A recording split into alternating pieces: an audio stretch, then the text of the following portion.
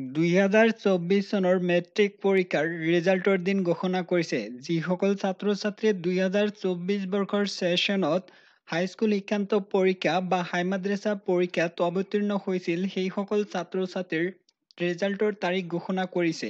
এই ভিডিঅ'ৰ জৰিয়তে জনাই দিয়া হ'ব 2024 চনৰ মেট্ৰিক পৰীক্ষাৰ ফলাফল অৰ্থাৎ ৰিজাল্ট কেতিয়া ঘোষণা কৰিব। ইতিমধ্যে অফিচিয়েল খবৰ আহিছে।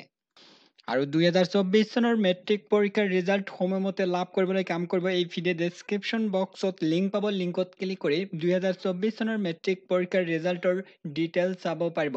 এতিয়া মই ছাত্ৰ-ছাত্ৰীক জনাই দিম যে 2024 চনৰ মেট্ৰিক পৰীক্ষাৰ ৰিজাল্ট কেতিয়া ঘোষণা কৰিব।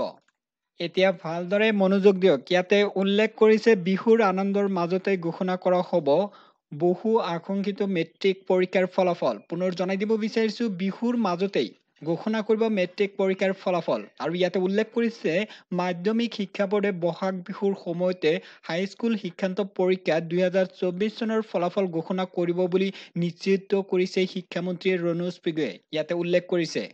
আৰু অসমৰ শিক্ষামন্ত্ৰী ইতিমধ্যে কৈছে যে সেৱাই সকলো প্ৰস্তুতি সম্পূৰ্ণ কৰিছে। মানে ৰিজাল্টৰ যিবিলাক কাম আছে সেইখিনি সম্পূৰ্ণ কৰিছে সেৱাবোৰে।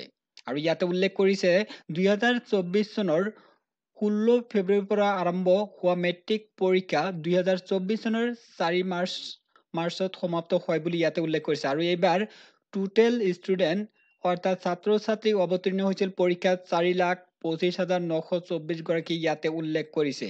পুনৰ জনাই দিব বিচাৰিছো 2024 চনৰ হাইস্কুল আৰু হাই মাদ্ৰাছাৰ অৰ্থাৎ মেট্ৰিক পৰীক্ষাৰ ফলাফল ঘোষণা কৰিব বিহুৰ মাজতেই ইয়াতে উল্লেখ কৰিছে। ইতিমধ্যে অফিচিয়েল খবৰ প্ৰকাশ কৰিছে শিক্ষামন্ত্ৰীয়ে। এইটো অফিচিয়েল খবৰ হয়। আৰু ৰিজাল্টৰ ডিটেইলছখিনি চাবলৈ কাম কৰিব। এই ভিডিঅ' ডেছক্ৰিপশ্যন বক্সত লিংক দিছোঁ। লিংকত ক্লিক কৰি মেট্ৰিক পৰীক্ষাৰ ৰিজাল্টৰ ডিটেইলছ এবাৰ চেক কৰক। আৰু যেতিয়াই আৰু নতুন আপডেট আহিব তেতিয়াই ছাত্ৰ-ছাত্ৰীক এই চেনেলৰ জৰিয়তে জনাই যাব। আৰু যিসকলে এই চেনেলটো ছাবস্ক্ৰাইব কৰা নাই ছাবস্ক্ৰাইব কৰক, লগতে কাষত থকা বেল আইকনটো প্ৰেছ কৰি ৰাখক।